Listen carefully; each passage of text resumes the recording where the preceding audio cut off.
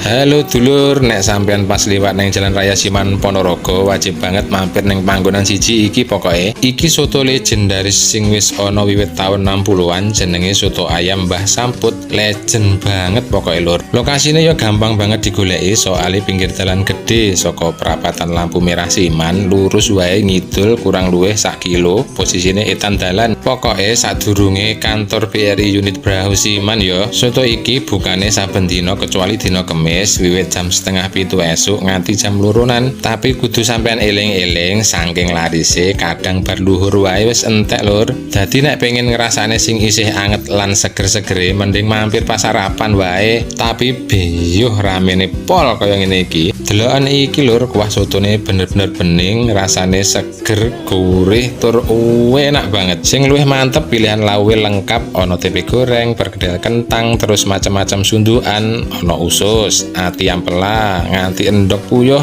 Nek isih kurang ana ayam goreng pisan. Masalah rego tenang wae dulur, ning kene murah banget sak porsi cuma 5.000 repes. Porsine oke, rasane dijamin ora nguciwani. Pokoke menurutku soto Mbah Samput iki salah satu soto recommended ning daerah Ponorogo lur. Aja lali mampir ya.